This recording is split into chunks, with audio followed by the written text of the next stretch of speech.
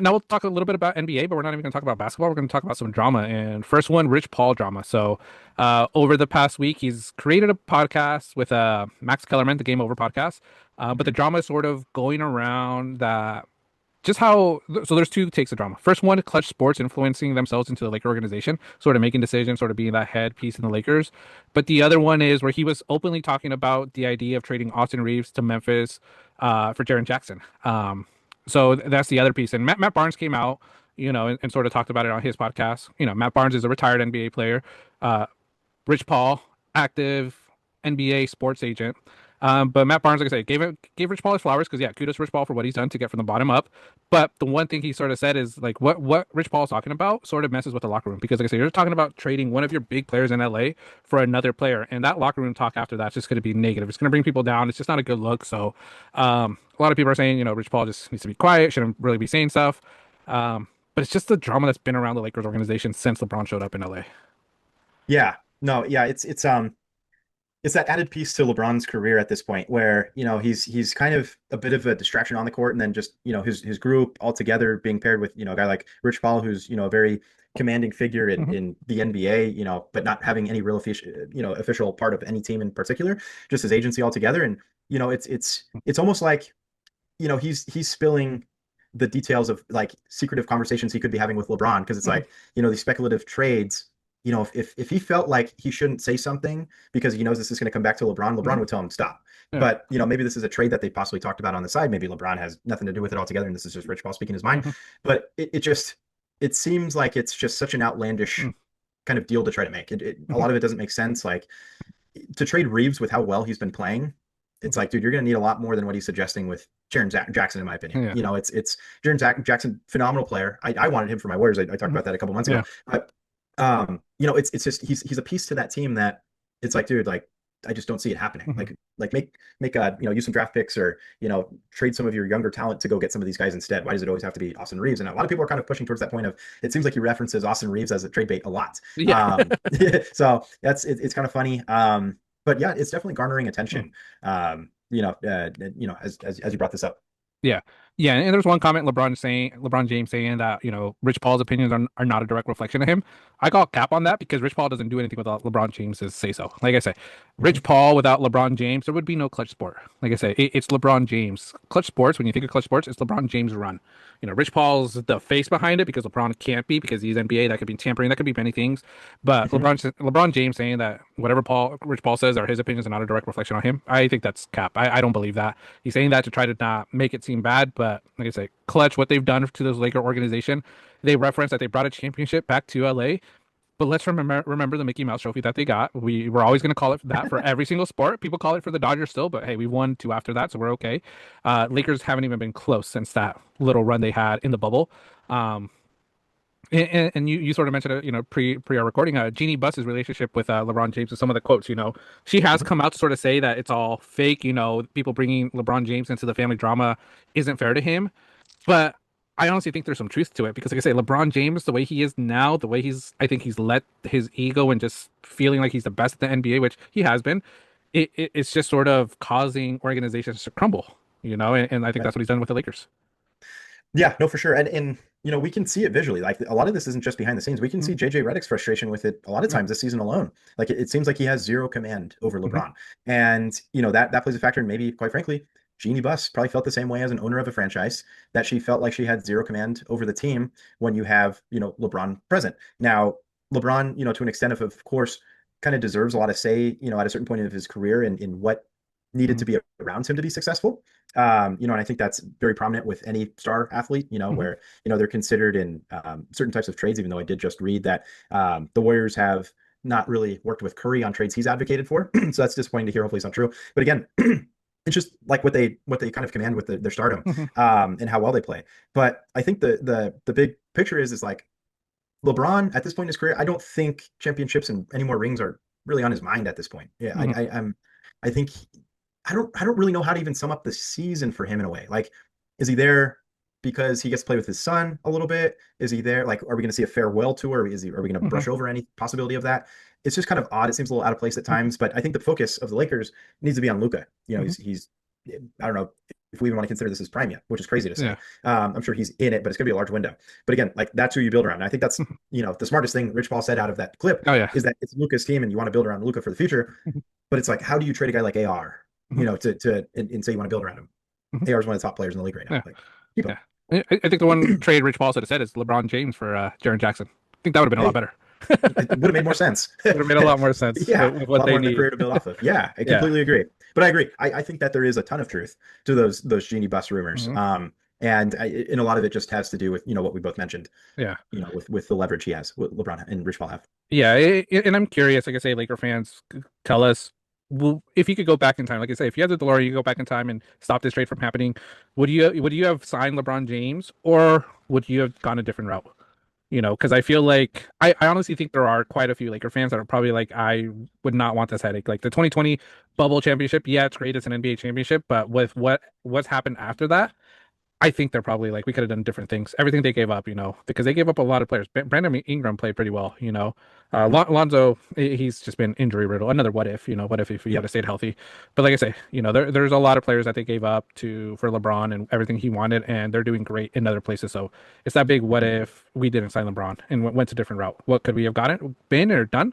Could have been totally different. Yeah. Yeah. Josh Hart, another one to mention. He was. Hmm. I mean, look at him now with the Knicks.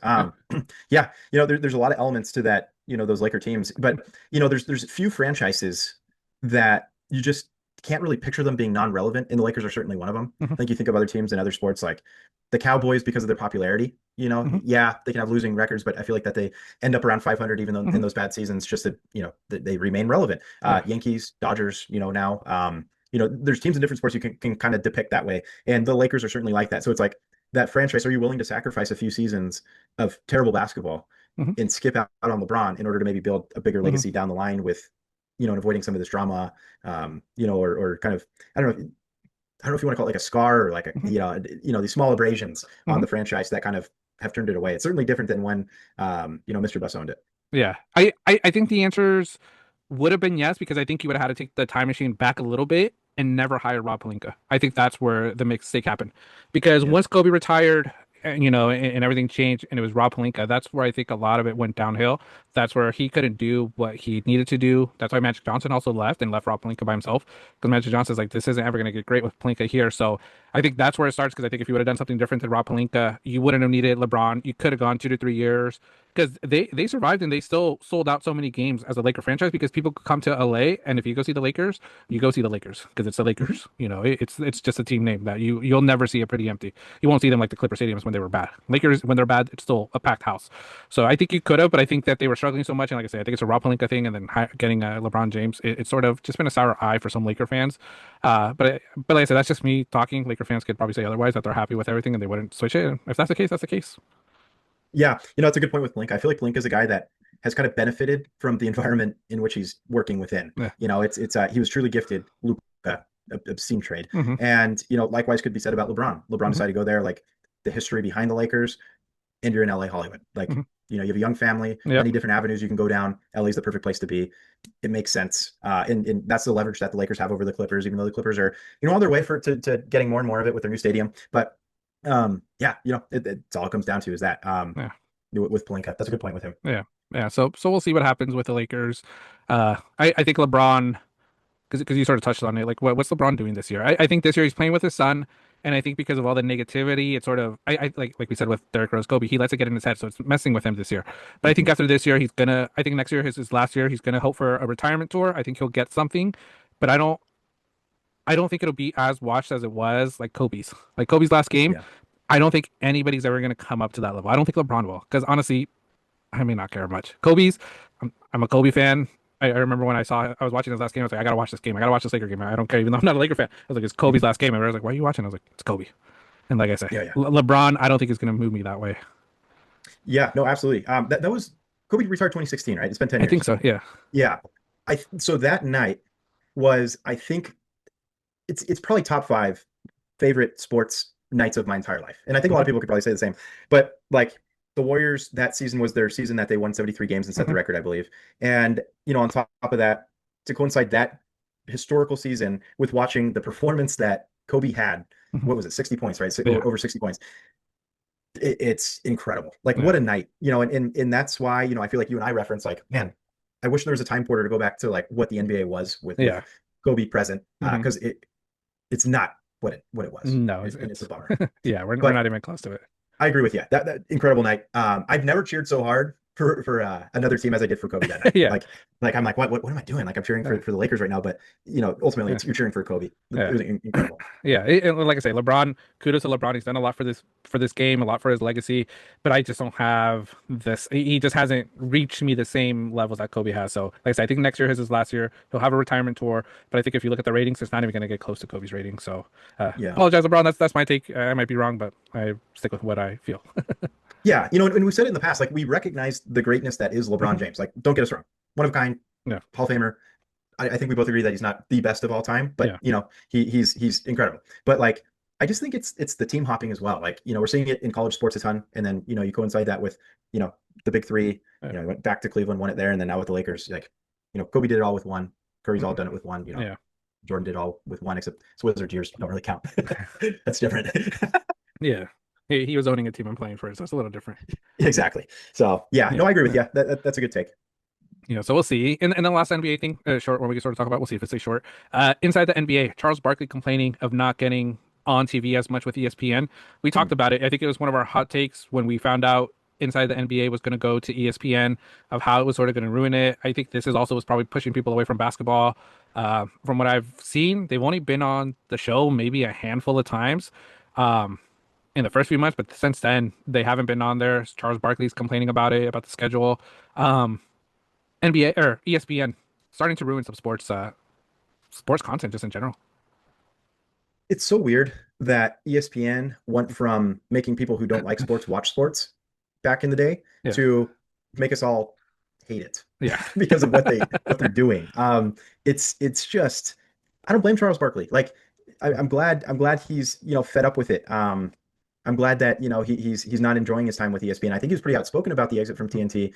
He didn't seem overly optimistic at all hmm about heading to ESPN because he knew, like, yeah, they're going to say it's the same. It won't be the same, same vibes. hmm And in inside the NBA, it was quite frankly one of the last few great things about like and entertainment yeah, involving the NBA. Like the commentary of those four guys is incredible. And you know, I don't know if I've really even seen much of a clip of them at all this season, and we're almost halfway through. hmm So yeah, no, it's not good. And then weren't they supposed to bring Jordan on for some takes here and there? I think so.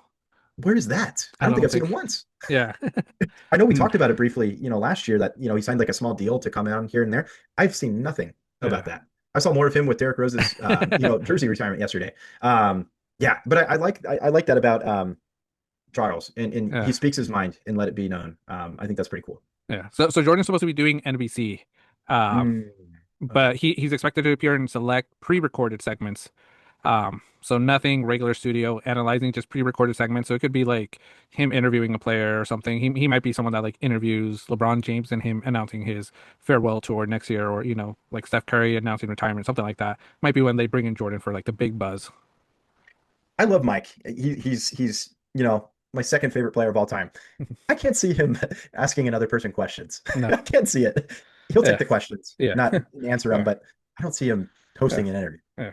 What he should do is he should do some like gambling takes or like gambling interviews, like playing poker, or doing the from his documentary, rolling the quarters, closest quarter to the wall with like some NBA players and just Yeah. having a conversation, something like that. Yeah. Yeah. What cigars does he like? Hmm. What whiskey does he pair it with, or his Yeah, tequila? yeah. Or if he give, I've really enjoyed Tom Brady this season with his commentary. Hmm. Like if we can get like a 10-minute clip of analysis of Hmm. something out of a game, Yeah, be cool. But yeah. yeah, him hosting an interview. Yeah, tired. Yeah, but we'll see what happens with inside the NBA, because like I said, I think this is fueling a lot of that fire that we talked about prior to this change for inside the NBA, and now it's sort of just showing because nobody's seen clips of them. They're not on there weekly the way they used to be, and Charles Barkley now coming out to sort of complain about it. It's going to bring some more attention, so we'll see what changes. Because yeah, Mhm. they just came back from their Christmas break. They took a break after the Christmas games till now, so it's like a month off. Like before, they never take a week off. That's a So long break. I'm sure they liked it, but yeah. well, to an extent, Yeah. Charles didn't. But Yeah. yeah. So we'll see. But that's NBA talk.